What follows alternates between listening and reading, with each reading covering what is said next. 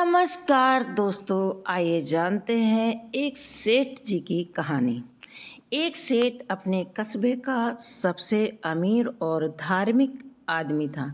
सेठ के पास बहुत धन संपत्ति थी, किसी चीज़ की कमी नहीं थी।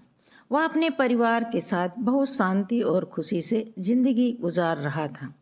वह भिक्षुओं की मदद करता और उन्हें खाना खिलाता, जिससे उसे बहुत ही खुशी मिलती थी। वह साधुओं का बहुत सम्मान करता था और उससे गहरी श्रद्धा। साधु उससे कहता है कि मैं थोड़ा आराम कर लेता हूँ, फिर आप खाना बनाना। तभी सेठ की पत्नी उसे खाने को कहती है। सेठ बाहर जाता है और उसकी पत्नी खाना बनाने लगती है। थोड़ी देर बाद जब सेठ की पत्नी आकर सन्यासी को खाना परोसने लगती है तो सन्यासी खाना लेने लगता है। सेठ के घर का शांत माहौल और वहाँ के प्यार को देखकर सन्यासी बहुत विनम्रता से उसकी पत्नी से पूछता है कि आपके परिवार में माँ कौन है। सेठ की पत्नी कहती है, मैं हूँ, मेरे पति हैं और मेरे 3 बेटे हैं।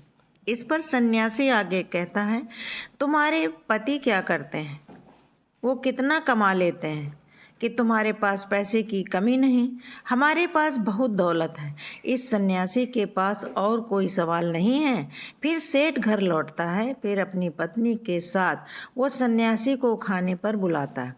अपनी पत्नी कहता है, श्रीमान आपके 3 बेटे हैं, वो सभी आपकी अच्छी देखभाल कर रहे हैं। ये सुनकर सेठ कहता है, नहीं मुनिवर, मेरे पास सिर्फ एक बच्चा है। सन्यासी सोच में पड़ गया। सेठ की पत्नी ने कुछ और कहा है, सेठ कुछ और कह रहा है।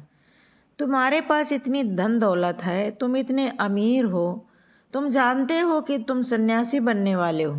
शायद सेठ या उसकी पत्नी उससे झूठ बोल रहे। सन्यासी सेठ से पूछता है, तुम्हारी उम्र क्या है? तो सेठ जवाब देता है, मैं 50 वर्ष का हूँ। सन्यासी सोचता है कि सेठ तो बुजुर्ग आदमी है, उसकी उम्र 70 से ज़्यादा होगी, लेकिन वो हर बात का जवाब गलत दे रहे हैं। आखिरकार क्यों झूठ बोल रहे हैं? सन्यासी सोच में अब आसन से कहता है, इतना धार्मिक होने के बावजूद तुम झूठ बोलते हो। सन्यासी की मदद लेते हुए क्या आपको ये ढलते सूरज को देखने का मन नहीं कर रहा? माफ़ करना मुनिवर, मैंने लेकिन आपसे क्या झूठ बोला? मैंने तो आपसे कुछ नहीं कहा।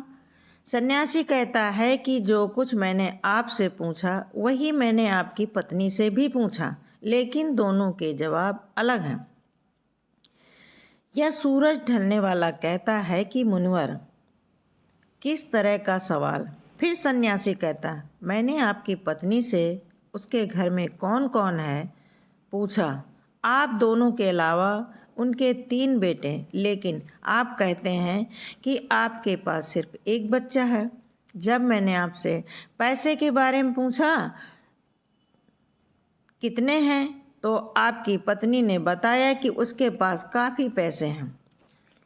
तुम इस शहर के अमीर लोगों में से एक हो और कहते हो कि तुम्हारे पास सिर्फ 2000 रुपये हैं। जब मैंने तुमसे तुम्हारी उम्र पूछी तो तुमने कहा मैं 50 साल का हूँ। तुमने झूठ बोला। तब सेठ बहुत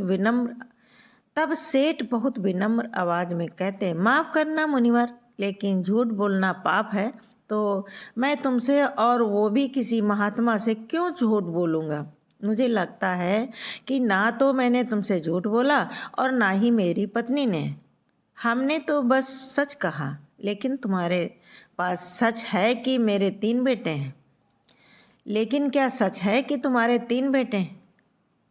जो मेरा कहना मानता है उसके पास सिर्फ एक बेटा है, बाकी सब दोनों अपने माता पिता से अलग लेना देना नहीं है।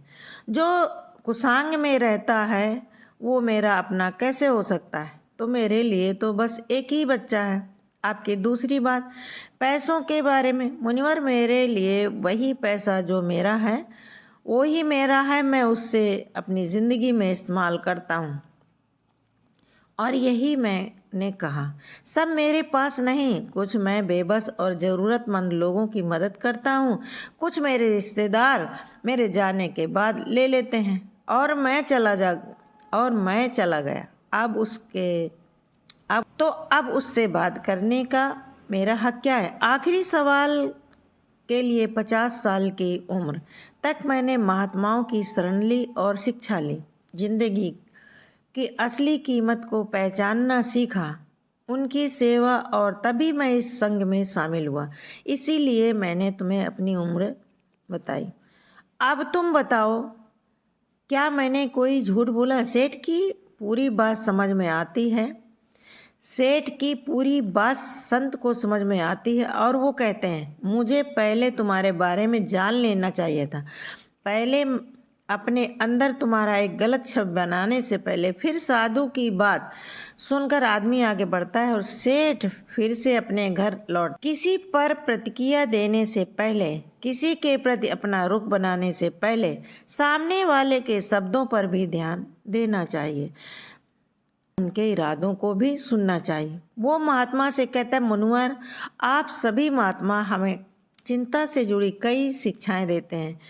क्या आप हमें कोई ऐसा उपाय नहीं बता सकते जिससे हम अपनी जिंदगी से चिंता को बाहर फेंक सकें? मुझसे ऐसा क्या है जो एक सन्यास को तबाह कर देता है? क्योंकि मुझ में ऐसा क्या है जो एक इंसान को तबाह कर देता है? क्योंकि एक तनावग्रस्त इंसान इतना परेशान हो जाता है कि वो सब कुछ खो देता है। ये उसके साथ ऐसा क्यों होता है? महात्मा कहते हैं, चिंता एक ऐसी मानसिक समस्या है कि अगर कोई व्यक्ति इसे पकड़ ले तो ये उसे डुबा देती है। सिर्फ उसे अपने से दूर करके ही आप खुश रह सकते हो, चाहे स्थिति कैसी भी हो। अगर तुम्हें हिम्मत है तो कोई चिंता तुम्हें नहीं हानि पहुंचा सकती। आदमी ऐसा कहता है, लेकिन क्योंकि ऐसा ही होता है। सूरज महात्मा एक छोटी सी कहानी बताते हैं। ध्यान से सुनो दोस्तों। एक बार एक पिता ने देखा कि उसका बेटा बहुत परेशान और निराश है। हर दिन उसे ऐसे ही देखता था। उसने समझा कि जरूर कुछ ऐसा है जो उसके बेटे को अंदर से परेशान कर रहा है। परेशान होकर पिता ने बेटे से कई बार पूछा कि उसे किस बात की चिंता है, लेकिन हर बार बेटा यही कह देता कि कुछ नहीं हुआ, तो वहाँ से चला जाता। अंदर से खारिज वो नहीं बता पा रहा था।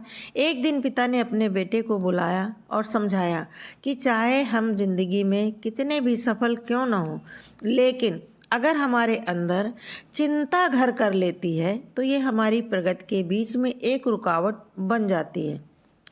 चिंता इंसान को आगे बढ़ने नहीं देती, ये उसके अंदर बहुत सारी नकारात्मकता भर देती है। चिंता बहुत खतरनाक होती है, ये खुशहाल समृद्धि को भी बर्बाद कर देती है। आप कहना क्या चाहते हो पिताजी? मुझे समझ नहीं आया। फिर पिता बेटे को लेकर जंगल की तरफ चलते हैं और वहाँ पहुँचकर कहते हैं, जो पेड़ तुम देख रहे हो यह कई साल पुराना है। यह मेरे दादा के दादा के दादा का पेड़ है। यह पेड़ परी से भी ज़्यादा पुराना है और आज भी बाहर से उतना ही मजबूत है जितना पहले था। कितना भी तूफान बारिश आए, पेड़ को कभी हिला नहीं पाया। सिर्फ यही नहीं, पता नहीं कितने पेड़ टूटकर गिर चुके हैं। अब तक बिजली भी गिरी है, लेकिन पेड़ अभी तक नहीं गिरा। वो अपनी पूरी ताकत के साथ खड़ा है। बेटा, पिता से कहता है, लेकिन आप मेरे साथ ऐसा क्यों कर रहे हैं? फिर कहता है, मेरे साथ पीछे चलो, मैं तुम्हें कुछ दिखाता हूँ। बेटा अपने पिता के साथ पेड़ के पीछे जाता है और कहता है, आप देख रहे हो, पेड़ के पीछे दीमक है। सब कुछ बिल्कुल गलत हो गया। इस बार बेटा भड़क जाता है और कहता है, लेकिन आप क्या कहना चाहते हो? आप मुझे ये सब क्यों बता रहे हो? इन पेड़ों के बारे में जानकर मुझे क्या करना है? बेटे को इतनी गुस्से में देखकर बेटे को इतने गुस्से में देखकर पिता कहते हैं, थोड़ा शांति से सुनो ताकि तुम ठीक से समझ सको। मैं सब तुम्हारे लिए ही कर रहा हूँ। बेटा तब, लेकिन तुम क्या समझाना चाहते हो और क्यों? फिर पिता कहते हैं, जैसे एक पेड़ किसी तूफान, बारिश या बिजली के गिरने से नहीं गिरा, बल्कि एक दीमक ने इसे कमज़ोर किया और इस पेड़ को जो इतने सालों से खड़ा था आज गिरा दिया। ठीक वैसे ही इंसान के अंदर बैठी चिंता उसे गिराने का कारण बन जाती है। चाहे तुम कितनी मेहनत कर लो, तुम आगे नहीं बढ़ सकते। लेकिन अगर तुम अंदर से किसी चीज़ के बारे में परेशान हो रहे हो, वो बाहर नहीं आ रही है, तो तुम अचानक से गिर जाओगे। तुम्हें अंदर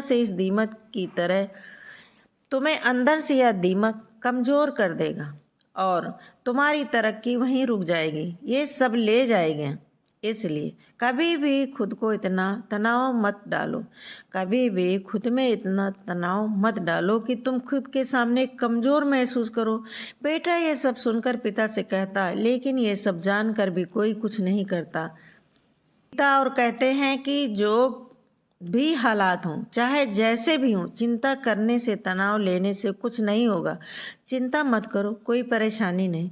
जब तुम्हें कोई रास्ता नज़र नहीं आता तो कुछ समय के लिए चुप बैठ जाओ, अपने आप को थोड़ा समय दो और फिर सोचो कि इस मुश्किल समय से कैसे निकलना चाहिए। कोई भी समस्या नहीं इतनी बड़ी होती कि उसका हल ना हो।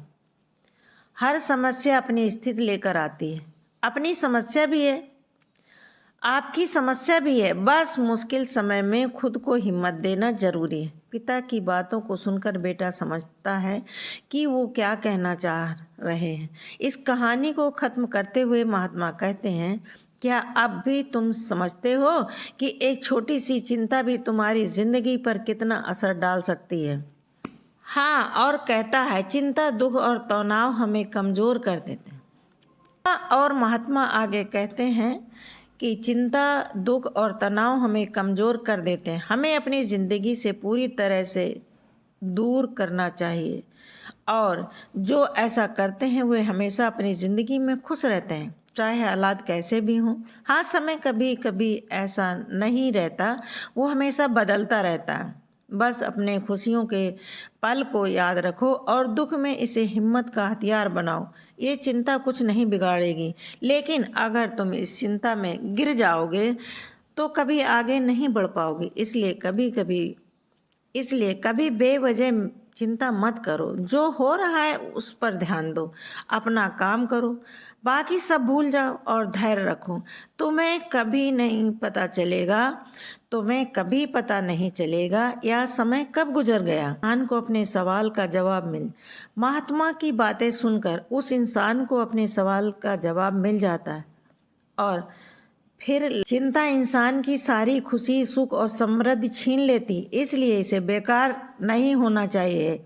खुद को चिंता मुक्त रखो, तभी तुम जिंदगी में खुश रह पाओगे। उम्मीद करते हैं तुम्हें इस कहानी से बहुत कुछ समझ में आया होगा। तो अपने विचार कमेंट बॉक्स में ज़रूर दीजिए और मिलते हैं अगले वीडियो में। धन्यवाद। जय हिंद।